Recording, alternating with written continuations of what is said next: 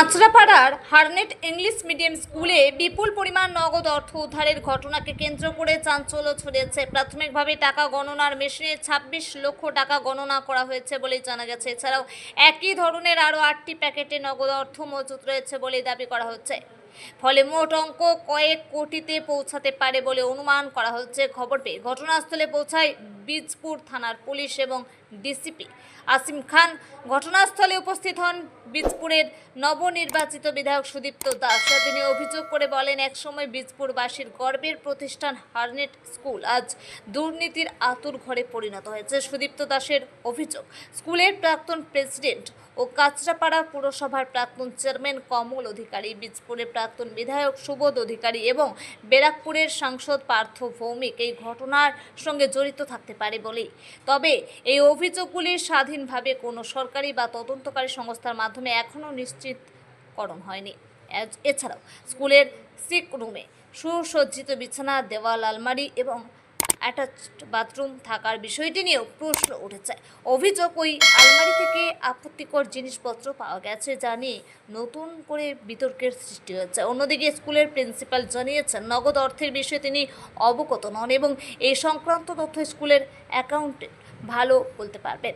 শিকরুমে কী রাখা ছিল সে বিষয়ে তিনি কোনো তথ্য জানেন না বলেই দাবি করেছেন। ঘটনার প্রকৃত সত্যতা, উদ্ধার হওয়া অর্থের উৎস এবং উত্থাপিত অভিযোগগুলির ভিত্তি এখন তদন্তের মাধ্যমে স্পষ্ট হবে। পুলিশ ও প্রশাসনের পক্ষ থেকে এখনও আনুষ্ঠানিক তদন্ত রিপোর্ট প্রকাশ করা হয়নি। অঞ্জন শুক্লের রিপোর্ট, খবরের দর্পণ। টাকা উদ্ধার মানে আমি আপনাকে বলছি, ওই পার্থ চ্যাটার্জির ঘর থেকে যেরকম টাকা পাওয়া গেছিল সেরকম টাকা, এরকম ক্যাশ টাকা স্কুলের মধ্যে আছে। মানে আমরা তো একদম স্কুলে বেনিয়মের পর বেনিয়মের অভিযোগ, তারপরে আজকে এই ঘটনা ধরা পড়েছে। আরো বিস্তারিত এখানে যারা ছিলেন, একদম আমার যে কারণে আমি বীজপুরে এই শিক্ষা ব্যবস্থা দেখার জন্য দুজনকে আমার নমিনি অ্যাপয়েন্ট করেছি, যে যারা স্কুলের ডেটা ব্যাংক তৈরি করবে, সেই সমস্ত খুঁজতে খুঁজতে কোথায় শিক্ষা নিয়ে কি হয়েছে।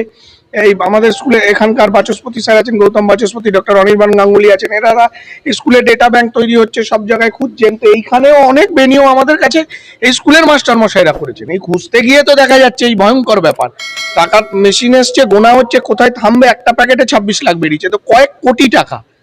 আমি বলছি এই টাকা স্কুলের টাকাও নয়, এটা কমল অধিকারী, সুবোধ অধিকারী, পার্থ ভৌমিকের ব্ল্যাক মানি।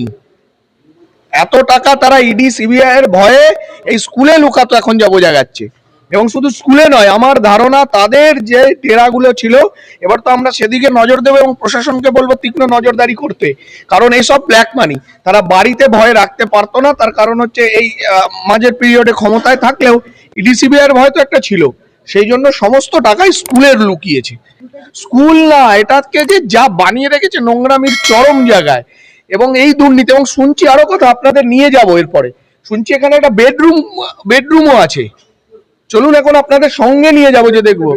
হ্যাঁ তাই তো শুনছি, এবার আপনাদের নিয়ে গিয়ে দেখবো। আমরা অপেক্ষা করছিলাম যে আপনারা কখন আসবেন, যা হবে প্রকাশ্য মিডিয়ায় মানুষ দেখবে, সামনে হবে। টাকা তো এখন কাউন্টিং চলছে তাই তো, কোথায় কি বলছে সকাল 6টা লাগবে যা বলছে। এখন যে টাকা গণনা চললো সারা রাত ধরে, কত টাকা পাওয়া গেল?